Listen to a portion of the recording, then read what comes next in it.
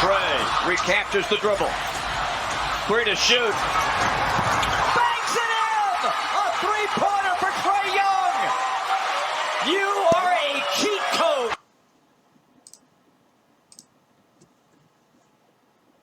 What's up, everybody? Welcome back to another one of my videos, and in this video we're going over the fourth part of this series, which is the stock up, stock down players. And in this video we are going to be focusing on power forwards. So we are going over the stock up first, and the first player on my list is Lauri Nance Jr. So he went undrafted in almost every single league, and he is currently the second rated power forward. And after his opening night game, and now that Kevin Love is injured, he's putting up a really nice stat line consistently. So even though he's only averaging 9 points, he's averaging 7 rebounds, 5 assists, but he's averaging 2.6 steals, 1 block, and I believe 1 free, and he's shooting over 50% from the floor and a very good free throw percentage as well. I believe his free throw percentage is somewhere. It's 75%, but he's not shooting that many. Oh, and excuse me, his field goal percentage is only at 74%. So even still, it's not hurting anyone. It's not bad at all. You guys are probably going to benefit greatly from the rest of his categories. So my recommendation for him is to try selling him as high as you can. So he is providing in all the categories I just mentioned, but that's because he's starting right now. He's getting the adequate minutes right now.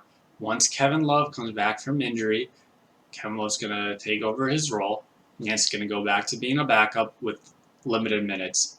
So if I were you, I would take the hit now and try and trade him. I would try and trade him for as the best valuable player possible, the best possible player you can get for value now, and take the hit, even if it's not as good of a player as Nance is right now. I would make that trade for a player who can help you in the long haul. So get a strong return on investment by taking the hit now, but being ready for playoffs. If that makes sense to most of you, I hope it does. So I don't know who you might be able to get for him, but I would at least just try and throw blind trade offers out to the rest of my league mates and try and hit on something. I mean, maybe you could get like a top 50 to top 70 overall player, 50 to 70 range. Other than that, and Kevin Love is injury prone, so he may be on the IR all season long, throughout the season, inconsistently. But I'm not going to try and chance that with Nance. I would try and buy a player or trade for a player that's guaranteed going to give me value throughout the whole season. So the next player up on my list is probably the surprise of the draft, Julius Randle, whose ADP is at 80. So that's getting him in the 8th or 9th round. And he's currently the 5th overall power forward. And he's absolutely killing it. So I would personally keep him. But if you need some defense, because that's the only thing he's not providing for you. So if you need a defensive big man, then maybe try and trade him. He is averaging such great numbers. I'm going to just read them off. 23 points, 10 rebounds, 7 assists, almost 2 threes a game. And the things that hurt you is only 0.4 steals and blocks and 4.6 turnovers. But he's shooting 53% from the field and 77% from the free throw line, which are all great numbers. So again, offensively, he's killing it for you. If you need defense, though, you could trade him, and you could probably trade him for a very high player in return. I would probably say about top 30, top 25, top 30 player. You could probably get. You might be able to get someone like Donovan Mitchell for him, who will at least give you some steals, give you more points, just not as much rebounds or assists. Give you more threes as well, but will hurt your field goal percentage. So he may be a perfect player to go for. Maybe Jimmy Butler.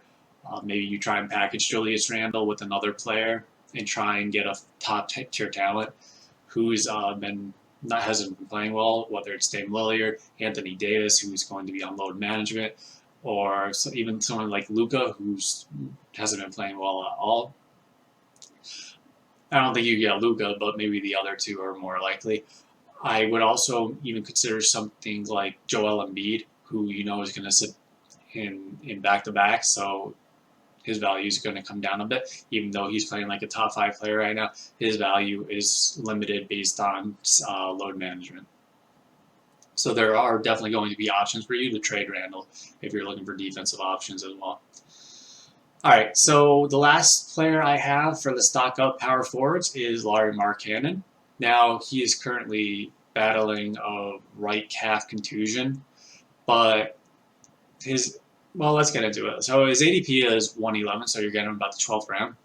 And he's currently only the 10th power forward, but he was as high as the 4th overall power forward, which was where he was at before he left the game early. Then after he left the game early, he went to 5th. And then a couple nights later, since he didn't play, he's now at 10.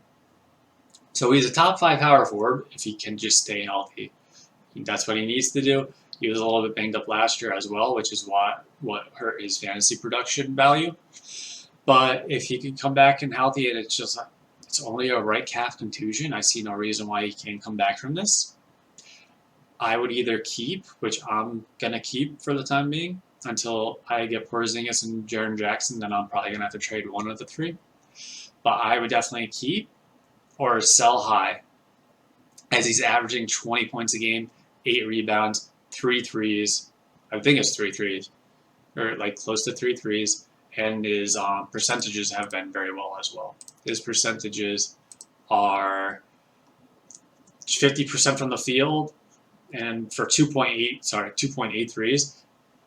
That's really good. It's really good. And then 78% from the free throw line. The problem with him is, and he doesn't give you a lot of turnovers, only 1.8, which is also very good. The problem with him is, just like Julius Randle, no defense. So if you need someone with better defense, I could understand trading him.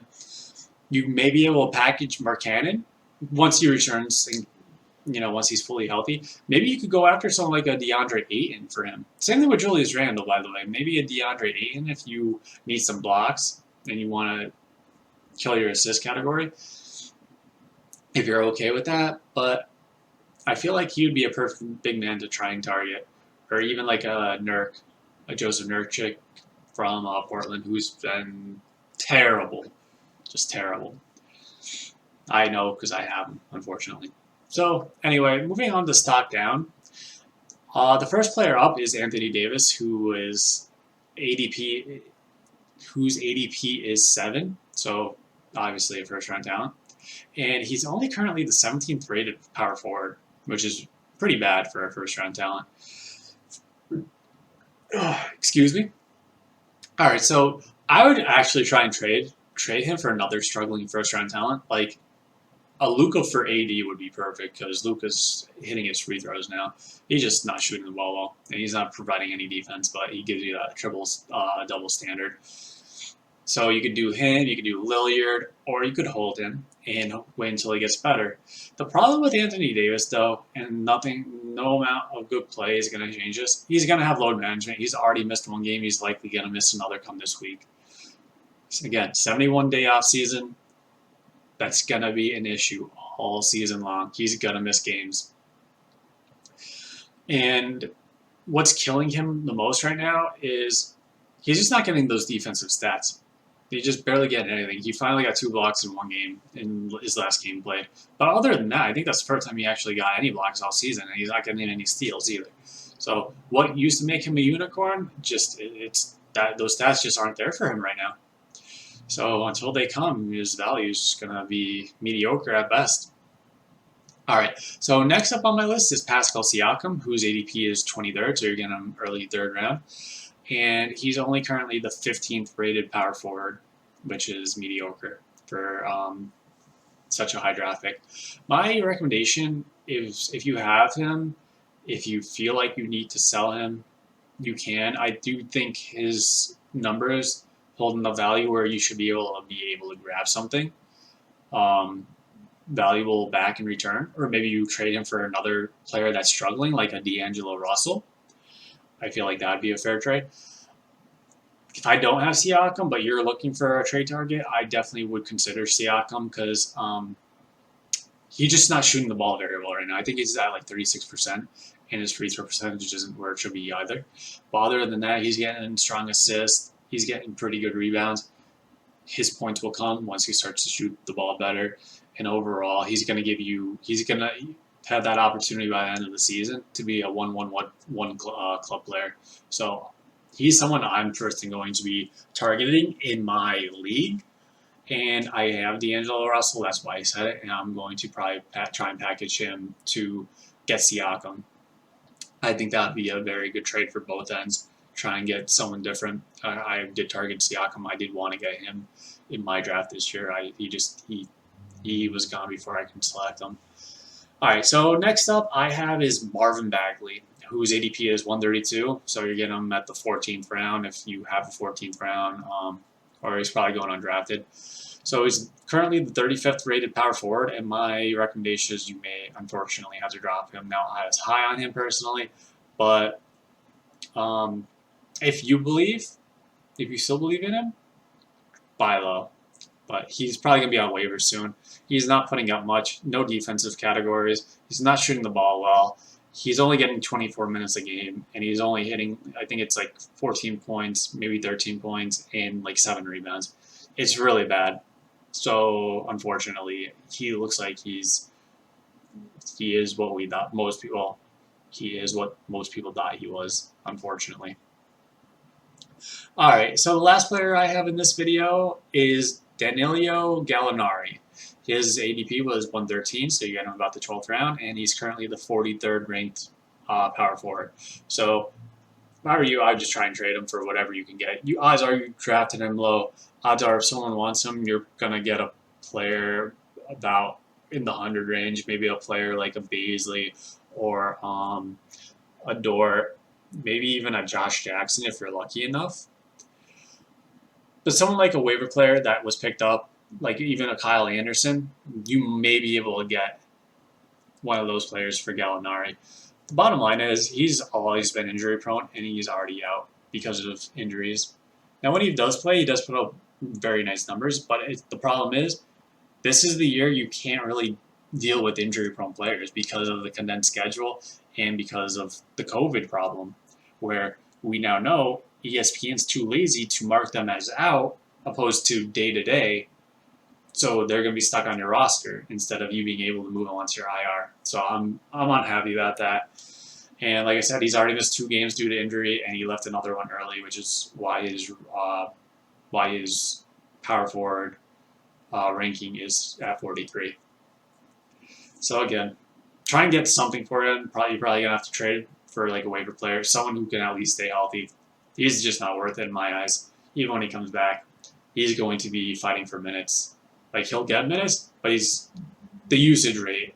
That's what I should say. That's what he's going to be fighting for. And I'm just not certain it's going to be there because the Hawks look really good without him. So he may lose his minutes, to be honest.